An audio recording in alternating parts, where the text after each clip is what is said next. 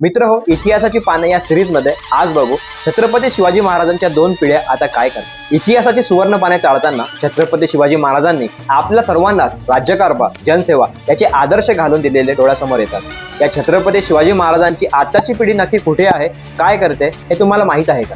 तर छत्रपती शिवाजी महाराज, छत्रपती संभाजी महाराज आणि छत्रपती राजाराम महाराज यांच्यानंतर आता महाराजांची 13वी पिढी चालू आहे। छत्रपती राजाराम महाराजांनंतर स्वराज्याचे सातारा आणि कोल्हापूर असे दोन भाग झाले। आज या दोन्ही शहरात महाराजांच्या पिढ्या वावरत आहेत। सातारा जिल्ह्याचे धुरा छत्रपती उदयनराजे भोसले सांभाळत आहेत, तर कोल्हापूर आहे संभाजीराजे छत्रपती यांच्या ताब्यात।